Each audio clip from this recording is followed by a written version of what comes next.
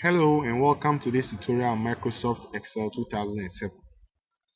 This tutorial, we are going to look at the basics of Microsoft Excel 2007. Let's get started.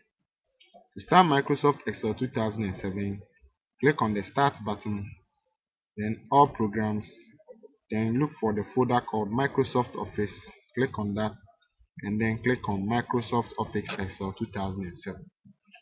This program interface here is Microsoft Office Excel 2007. Now let's take a look at some basic features. The first bar here is called the title bar, which displays the control box. The control box helps us to minimize the program, restore it backward, restore the program, or maximize the program. And we can use this one to close the program. We also have the office button that helps us to save our work, open new documents, and also print the worksheet. When we come to the tabs, we have different tabs in Microsoft Excel. We have the home tab that displays the font group, the alignment, the number options, and then the style. Then we have the insert tab that helps us to insert tables, charts, and so forth. We also have the page layout for editing the page, the formula bar, which is used for entering formulas and functions. Then we have the data view, and then we have the review, the view, and the add-in tabs. These tabs are similar to what we saw in Word 2007. The only difference that we have here is that we have the new bar called the formula tab here, and then the data tab. So let's take a look at the other features. If you come down here, you will see that we have here A1. The name of this box is called name box. Name box because it displays the name of the active cell. A cell is formed when there is an intersection between columns and then rows. The columns are labeled A, B, C, D going, and the rows are numbered 1, 2, 3 going. Where there is an intersection, we get a cell. The cell is named after the column and the row. So for example, A1 means that the cell is A, column A, row 1. If you click on any cell, you will see that we have the name displayed in the name box. E4 means column E, row 4. Then we also have the function tab over here. When you click on this one, it will help us to insert function. There are several functions that we use in Excel that we'll be talking about. So we will talk about some of these functions. So we can insert function by clicking the F of X. Then this bar is called the formula bar. The formula bar displays the contents of the active cell or the formula used to get the content of that active cell. Then we have different sheets that we work with. By default, Excel comes with 3 worksheets. So we can switch between sheet 1, sheet 2, and then sheet 3. We can also add more sheets by clicking on this icon to add more sheets.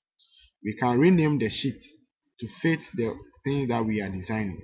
So for example, if we are going to design an assessment sheet, we can call sheet 1 assessment.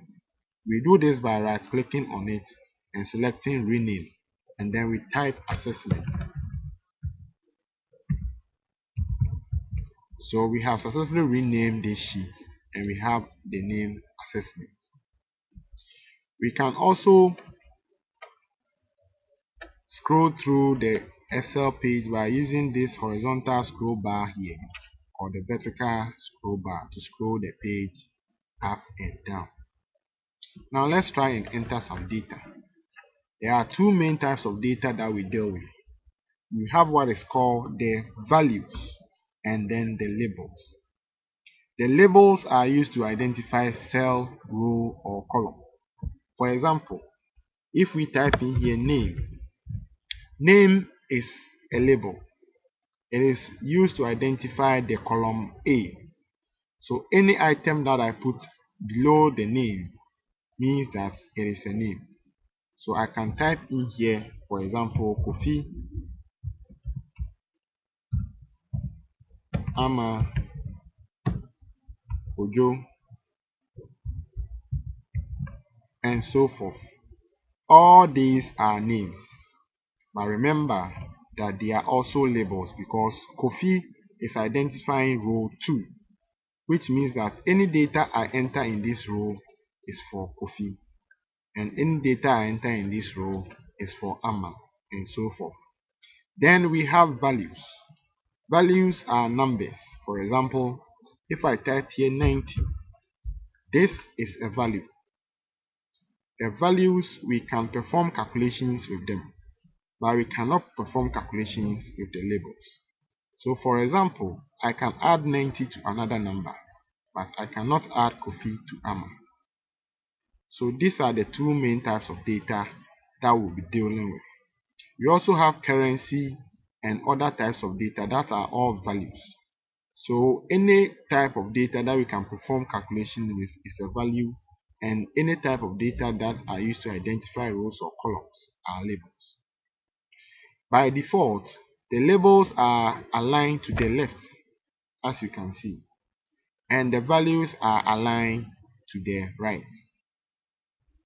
We can do text editing just like we did in Word. For example, I can change the font style, I can increase the font size, and so forth. We can also color the font and do all those text editing. Let's look at another text editing. For example, let me type in this box mathematics, and in this box the next cell English. You will see that the mathematics is covered. In order to reveal the full length of the mathematics, I can just double click on the line that divides B and C, or I can click and drag to expand the cell, or you just double click to adjust it. If the sentence is too long, like for instance mathematics education, and it cannot fit in that cell, we use what is called word wrap to wrap the text in this cell. So we select the mathematics and then we click on wrap text.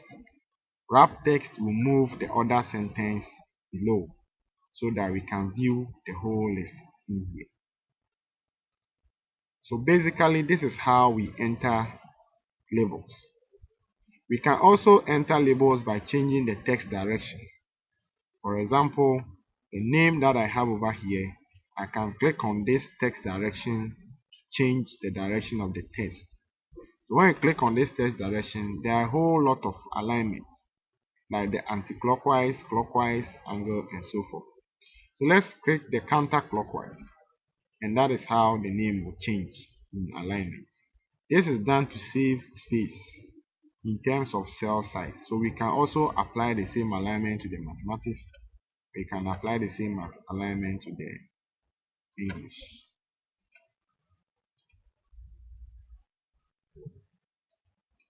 So that is how we align labels.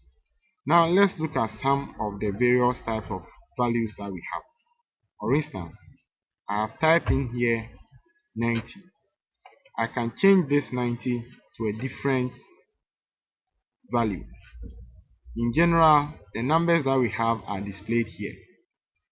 General means that it is not specified, so we can make it in any form. And number means that we are going to add decimals to the value. So this value is a number. We can also convert the 90 to currency so that we have the dollar symbol in front of it. We can also change it to date. For example, if you want to enter date, we use this. Or we can change it to percentage or to fraction. And also we can use scientific. The scientific is for converting it to the standard form.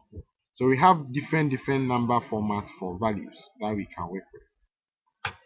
Okay. So this is all for this tutorial. I hope to see you in the next tutorial. Thank you for listening.